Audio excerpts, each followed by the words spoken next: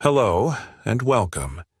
Imagine standing before a mirror that doesn't reflect today's face, but the one you'll wear in 10 years. Eyes deeper with regret or light with pride. Lines etched by stress or by laughter. What if the key to shaping that reflection lies in what you do right now, in this very moment? If you find this summary helpful, don't forget to like this video, subscribe to BookSnap, and comment below the title of the book you'd like us to summarize next. We'll make it happen soon. Sarah clutched a faded photograph in her trembling hands, an image snapped at her high school reunion, where she'd smiled beside friends whose lives seemed to have burst forward while hers felt frozen. In the background, the oak tree where they once carved initials now stood gnarled and hollow, as if echoing her own fears. That time had passed, and she'd barely moved. Late that night, she stumbled upon Your Future Self, How to Make Tomorrow. Better Today, and paused at its central promise. Your future self is dependent on the choices you make today. The idea hit her like a wave. Here was her chance to bridge the yawning gap between who she was and who she longed to become. Sarah sat at her kitchen table, the photograph before her. She closed her eyes and visualized the woman in its frame. Her own future self, yet weary and regretful. She felt that woman's heartbeat, a quiet plea for guidance, for redemption. In that instant, Sarah understood that the real conversation she needed was not with others, but with her future self, an exchange across time. The book urged a simple first act. Glimpse your future reflection. Sarah positioned a new photo frame on her desk, leaving it empty. Each morning, she would write a note to the woman in that frame. A letter from her future self, outlining what mattered most. The act, as the authors explained, was less about mysticism and more about forging a direct emotional link to tomorrow, a North Star that guides daily decisions. When dawn broke, Sarah penned her first note. Dear future me, thank you for becoming the brave woman who followed her passions. She placed it in the empty frame, imagining the worn hands that would retrieve it years hence. That ritual, though simple, sent a thrill through her veins, a promise that today's choices would ripple forward across time. The next day, faced with her inbox full of trivial demands, Sarah hesitated before responding. The future note flashed in her mind's eye, urging her to guard her energy for real priorities. The passion project she'd abandoned, the friendships she'd neglected, the self-care she owed herself. She paused, drafted a short, courteous reply, and set aside the rest for tomorrow's focus. In the weeks that followed, Sarah noticed subtle shifts. Mornings felt charged with intention. Evenings ended with fewer regrets. The empty frame, now filled with letters from her future self, became a living archive of hope. Each note a bridge between who she was and who she would become. The oak tree in her childhood photograph no longer seemed hollow, but full of potential rings yet to form. This first act, awakening to tomorrow's reflection today, sets the stage for every transformation to come. By envisioning the person you'll be, you give purpose to each small step, ensuring that your daily choices forge not just fleeting moments, but a future you can admire in the mirror. Miles stands at the foot of the grand piano in his cramped apartment, hands trembling as they hover above the keys. At 21, he dreamed of concert halls and standing ovations, but life had other plans. Between night classes, part-time waiting tables, and caring for his younger sister, genuine practice felt impossible. His technique, once supple and alive, had stiffened. His melodies now stumbled like long-forgotten friends. One morning, bleary-eyed after a late shift, Miles found a dog-eared copy of Your Future Self tucked between groceries. Flipping to a chapter on daily rituals, he paused at the phrase, "Plant seeds today that your future self will harvest tomorrow." The metaphor resonated. Every note he mastered now would bloom into the fluid artistry he craved later. He realized that pocket-sized moments, 10 minutes here, 15 there, could compound into a mountain of progress. He set aside a notepad and sketched a simple schedule. At dawn, before the world awakened, he would dedicate 15 focused minutes to scales. At midday, during his lunch break, he would practice sight-reading a new piece. At dusk, after dinner, he would compose a short improvisation or journal thoughts on technique. Each session was brief but sacred, a promise made to the pianist he would one day become. The first morning, the scales felt mechanical, a clumsy echo of past mastery. Yet, as Miles pressed his fingers into the keys, he felt the wood's familiar resonance. He noted the unevenness of his trills and vowed to smooth them. At lunch, hunched over sheet music in a busy cafe, he lost himself in new harmonic progressions, oblivious to clinking cups and chatter. That evening, his improvisation wove together fragments of Chopin and original motifs, each bar a thread connecting past skill to future artistry. Days blurred into weeks, and those pocket practices transformed. Miles noticed muscles warming beneath his forearms, calluses toughening on his fingertips. He surprised himself by mastering a challenging arpeggio that once felt insurmountable. His composition notebook filled with lyrics and chord changes that hinted at an album he might record one day. Crucially, he celebrated each seed planted. He crossed off every practice session in a small calendar, delighting in its neat grid of green check marks. Each mark felt like a handshake with his future self, a pact that said, "I will not give up on you." During particularly hard days, when the alarm rang too early or work drained his energy, he revisited his notes from day one, recalling the raw spark of that first morning's promise. Miles's sister, Layla, noticed his transformation. "You seem different," she said, watching him practice one night. "You're happier, even tired." He smiled, realizing that harvesting joy today was as vital as crafting skill. Those brief rituals had become anchors, moments of calm purpose in an otherwise chaotic life. Encouraged, Miles expanded his routine. He added a weekly mini-recital at a local open mic night, testing his craft in front of real listeners. He started a monthly practice journal on social media, sharing short clips and reflections. The community he built cheered him on, and in their comments he heard the echo of future applause, a testament to seeds sown long before. Months later, Miles stood on a modest stage beneath warm spotlights, hands steady on the keys as he played an original sonata, its themes woven from those early morning scales, midday sight readings, and dusk's improvisations. The audience sat in rapt silence, and as the final chord faded, applause washed over him like dawn's golden light. In that moment, he felt the sweet harvest of patient growth, the culmination of countless small choices. The journey taught Miles that mastery is never sudden, but the sum of deliberate daily acts. Each brief practice session, though seemingly insignificant alone, compounded into the confident performance he had longed for. By planting seeds of skill and joy today, he had nurtured the musician his future self would celebrate. As you chart your own course, reflect on the seeds you can sow, tiny habits that align with who you wish to become. Perhaps it's 5 minutes of meditation for your future calm, a daily paragraph for your novelist self, or a quick sketch for your artist's hand. Nurture those moments with gentle consistency, and trust that over time, your future self will stand before a bountiful garden of accomplishment, each bloom a testament to the seeds you planted today. Lily, perched on the edge of her swivel chair, eyes darting between her overflowing to-do list and the framed photo of her future self on the credenza. In that photo, she was 10 years older, hair streaked with silver, posture relaxed, face illuminated by a genuine smile.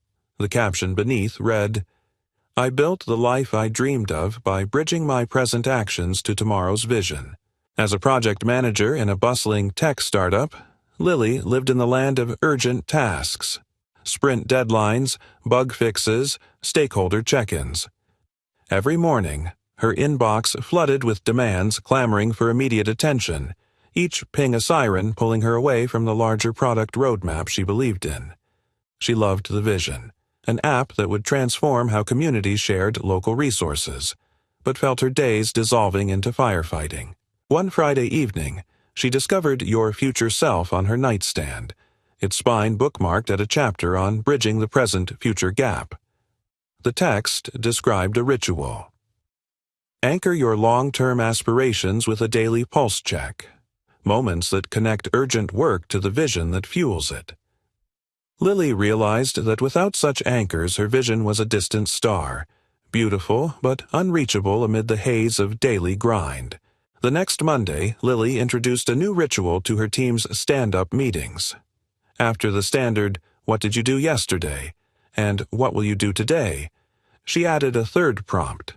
How will today's work bring us closer to our future vision? At first, the room fell quiet. Developers exchanged puzzled glances. Designers tapped styluses against their notebooks. But Lily persisted, framing it as a sacred moment to reconnect with their why. In the third stand-up, Javier, a back-end engineer, spoke up. "I'm refactoring the database schema, which feels dry. But by making it more scalable today, we'll avoid the performance bottlenecks that could stall our nationwide launch next year." That leap, acknowledging immediate tasks as building blocks for future milestones, shifted the team's energy. They began to see present work as investments, not drudgery. Lily also carved out a daily vision journal ritual. Each evening, rather than collapsing into TV reruns, she spent 10 minutes writing one sentence. Today, I moved one brick toward a community-first platform that eases neighbors' lives. Sometimes the brick was small, the UX tweak she championed, or the late-night debugging that prevented downtime. Other evenings it was grander, securing a meeting with a potential nonprofit partner. By inscribing these progress moments, Lily anchored her identity to purposeful action. Within weeks, Lily noticed a transformation. The team's morale soared as they tied each ticket and pull request to the larger mission. On the Friday demo, their product manager presented a sleek prototype for a resource share map. Developers remarked, "I remember when I wrote that API call that now powers the map," and designers nodded. "Our early usability test saved us weeks of redesign." Each retrospective felt less like a review of mistakes and more like a celebration of steps taken towards tomorrow. What began as a simple ritual rippled outward. Product planners prioritized features not by flair, but by alignment with their vision. Marketing crafted messages that echoed the app's future impact on neighborhoods, not just its current functionalities. Even Lily's personal life felt more integrated. She used her vision journal to remind herself that spending time with friends and taking weekend hikes fueled the empathy she needed to build a community-centric product. Yet rituals thrive only when adapted. When travel forced Lily out of town, she kept her vision journal on her phone, scribbling sentences between airport layovers. When late-night stand-ups intruded on her evening pause, she performed a quick 5-minute mind map at her desk, drawing the product's journey from code commit to community adoption. Each iteration preserved the bridge between now and the future she embraced. One crisp autumn morning, Lily visited a local community center where residents tested the beta app. An elderly neighbor, Mrs. Thompson, marveled at how easily she could request a borrowed lawnmower from across the street. Lily watched Mrs. Thompson's eyes light up and felt her own grow damp. That moment crystallized every daily ritual, every journal entry, every line of code written in the quiet hours, proof that bridging the present-future gap wasn't a theory, but a lived practice that transformed lives. By the time Lily glanced again at the photo of her future self, she no longer wondered whether she would smile with pride. Each day's bridge built her into that woman, steadily, purposefully, lovingly. The rituals of stand-up vision prompts and evening journaling had woven urgent tasks into the tapestry of long-term dreams, turning starry aspirations into grounded realities. As you navigate your own storms of immediacy, remember to pause and ask, how is today's work paving the road to tomorrow's reflection? Introduce your own rituals, a moment in your morning routine, a prompt at your weekly huddle, a quick journal at day's end, to connect the bricks of now with the cathedral you aim to complete. In that bridge lies the power to transform distant dreams into the architecture of your life. Every autumn, Claire watched her calendar fill with obligations, project deadlines, social commitments, and the relentless pull of digital notifications. By December, she emerged ragged, her creativity sapped and her spirit quieted. She longed for a gentler rhythm, one that would honor both her present responsibilities and the dreams her future self held close. One crisp evening, Claire stumbled upon a passage in Your Future Self describing the power of writing letters from our future selves. The exercise, the authors said, allows us to tap into the wisdom of who we will become and use it to reshape our daily choices today. Intrigued, Claire cleared her desk and folded a fresh sheet of paper.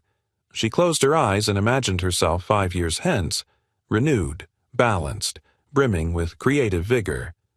"Dear me," she began, "thank you for protecting my time today so I could nurture the artist within. Because of your boundaries, our canvas waits and our words still flow." As she wrote, Claire's future voice guided her to see where she'd overcommitted. Evenings spent scrolling instead of sketching.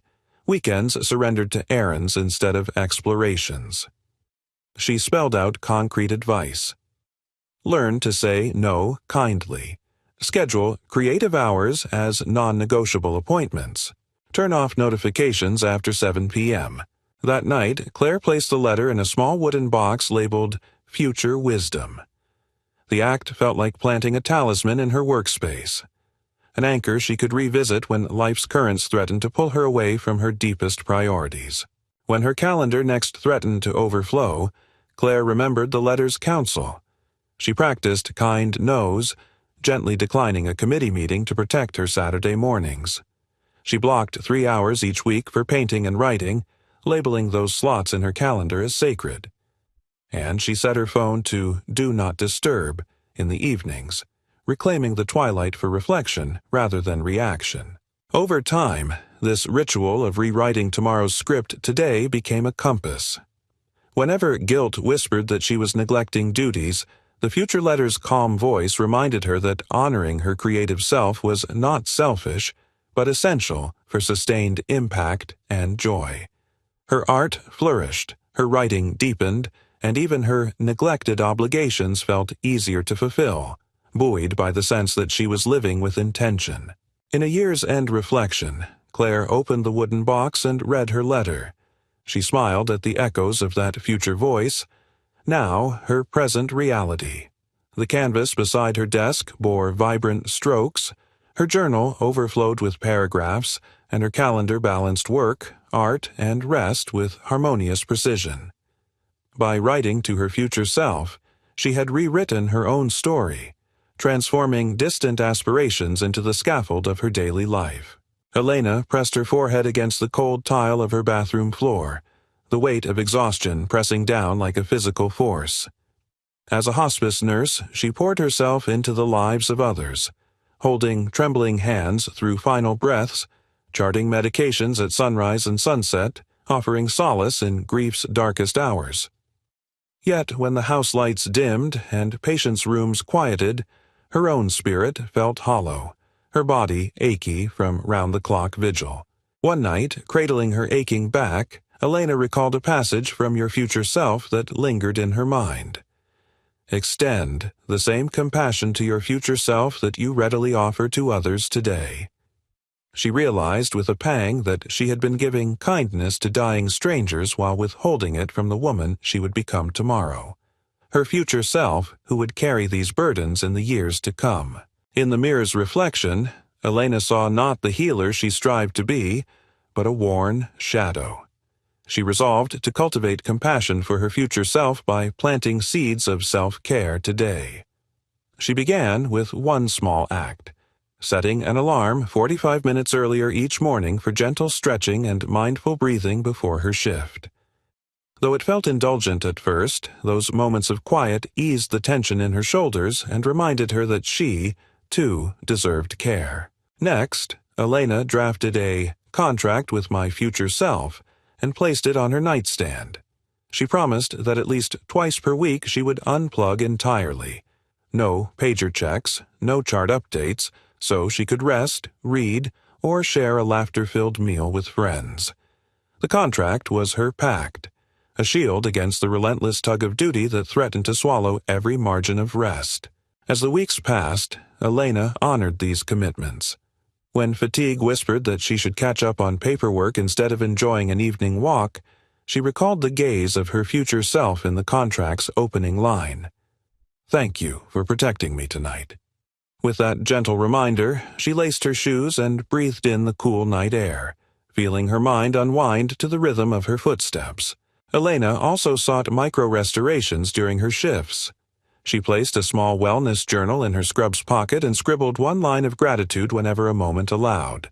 A sunflower bouquet, a colleague's reassuring smile, a patient's soft "thank you." Though fleeting, these pauses of recognition wove threads of kindness into the fabric of her demanding days, honoring her future self who would hold on to those moments in the quieter seasons ahead. Over time, the cumulative effect of these small acts blossomed. Elena's energy levels stabilized, her empathy deepened, no longer drowned by stress but chiseled by resilience. She found that patients responded to her calm presence, and colleagues turned to her for grounded support. By extending compassion backward through time, caring for her future self, she unlocked a wellspring of compassion that flowed richer and more sustainably in the present. Later, during a rare weekend off, Elena attended a workshop on boundary setting led by a fellow hospice veteran. There, she learned to communicate her needs, to say no to extra shifts when her contract demanded rest, to ask for help with emotionally draining cases, and to negotiate flexible scheduling that protected her well-being. These boundaries, once foreign terrain, became acts of radical self-respect, ensuring that her future self would not inherit a legacy of burnout. Elena's journey illustrates the profound truth of compassion across time. Just as we carefully position life rafts for others in stormy seas, we must build lifeboats for ourselves before the waves of tomorrow crash in.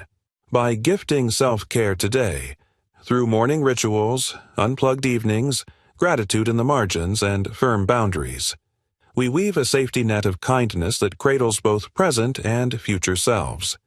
As you move through your own days of service, ambition, or caregiving, pause to ask, what small act of compassion could my future self thank me for today? Perhaps it's a moment of stillness before the storm, a nourishing meal, an act of saying no without guilt. Plant that seed now and watch as kindness blooms across the seasons of your life, ensuring that the reflection you one day see in the mirror is lit by the gentle warmth of self-compassion. Dawn light filtered through the curtains as Aaron slipped his phone into airplane mode and stretched before his desk. The world beyond waited, emails pinging, meetings looming. But in that hush, he honored a ritual born from your future self, a time inventory. He had discovered that minutes, like seeds, could compound into forests of achievement when planted with intention. Just months earlier, Aaron had stared at an investor's dashboard, frustrated that his fledgling social impact startup showed promise but struggled with execution. He poured every waking hour into work, yet seemed to spin his wheels, busy but not productive. One sleepless night he read about the alchemy of time, how consistent investment of small increments yields exponential returns. He realized that his future self, the seasoned CEO he aspired to be, depended on his ability to guard and allocate time today. Determined, Aaron created a simple spreadsheet, dividing his day into 20-minute time blocks. Each block he labeled with one of three categories: creation, connection, or contemplation. Creation meant focused work on product development. Connection was for team collaboration or networking. Contemplation was dedicated to strategizing or rest.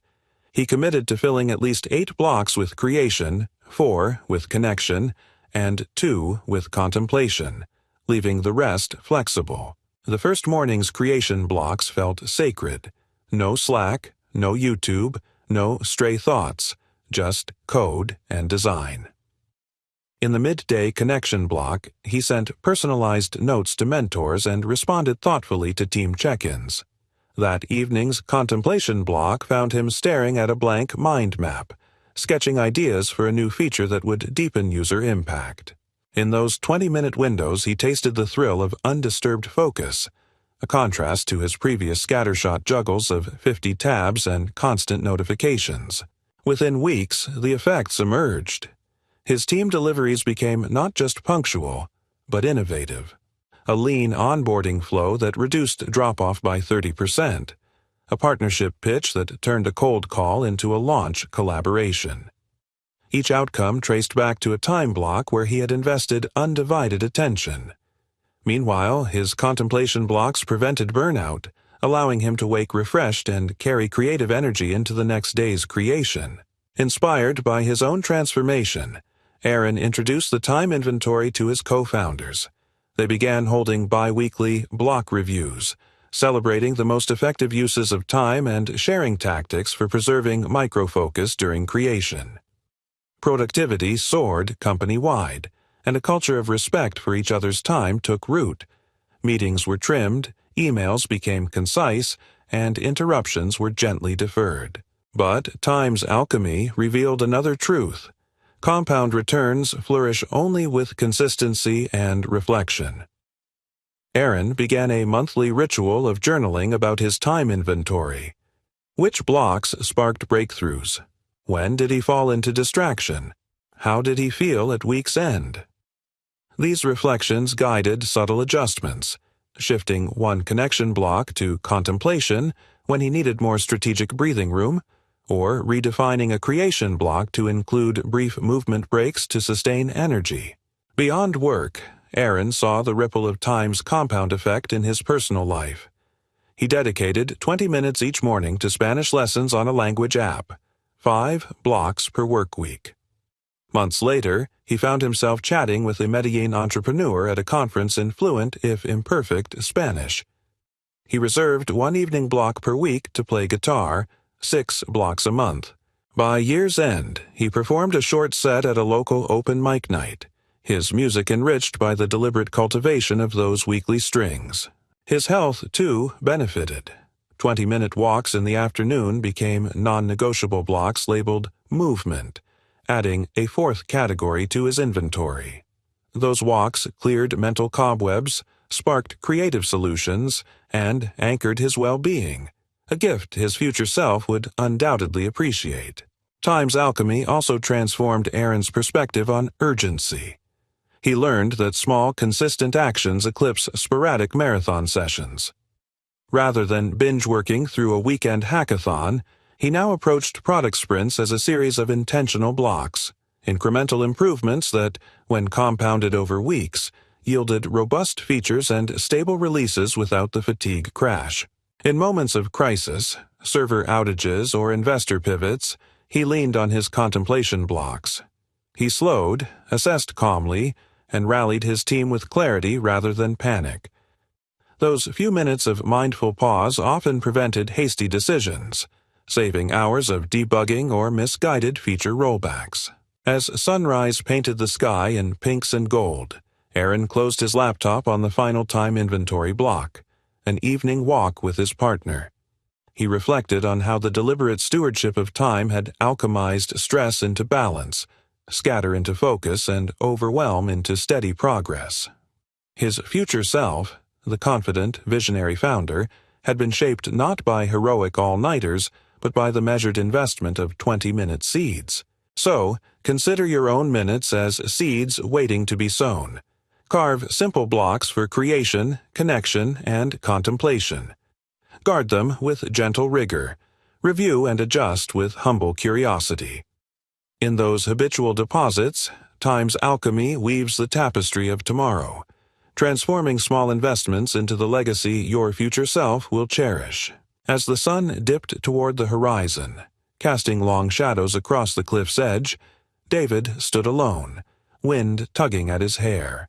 In his hand, he held the worn leather cover of a journal filled with the collected wisdom of your future self. Below, the ocean's rhythmic roar underscored the timeless rhythm of life's tides, moments of ebb and flow, beginnings and endings. Tonight, David vowed to become a guardian of his own tomorrow. Years earlier, David's life had been a series of reactive decisions. Job offers accepted without thought, relationships pursued on impulse, nights surrendered to aimless scrolling. Each choice eroded his sense of agency, fragmenting the life he yearned for. He had walked many paths, but none led to the self he envisioned in quiet reverie. His future self, an older man beside this same cliff, surrounded by the peace he craved, felt distant and vulnerable, threatened by the storms of neglect and drifting. Then he stumbled upon the concept of guardianship in the almanac's closing chapters, the idea that we must protect our future selves as fiercely as we would a cherished friend. Guardians build daily rituals, set boundaries, and whisper words of encouragement across the years. They become stewards of the person we will one day become, ensuring that small acts of love and wisdom preserve the integrity of tomorrow's life. David knelt at the cliff's edge, the journal's pages fluttering in the wind.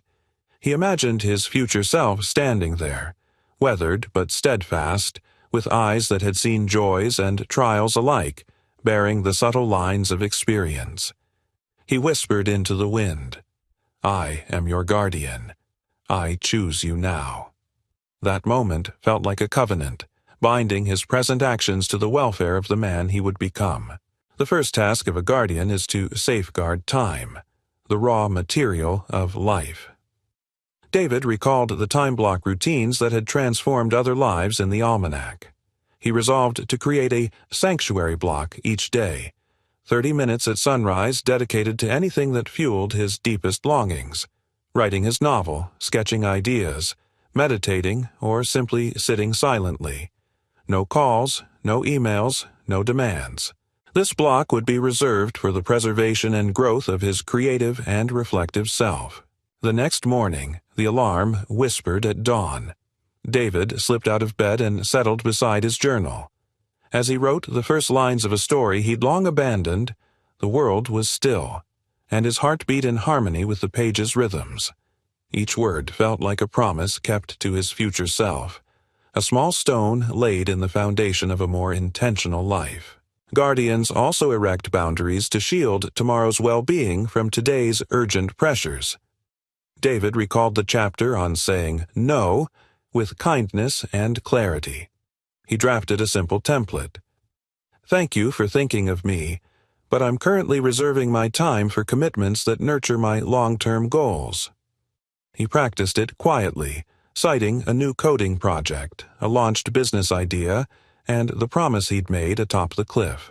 Within days, he used this template to decline extra work shifts and peppered meeting invitations with deferrals, each refusal a protective wall for his future self.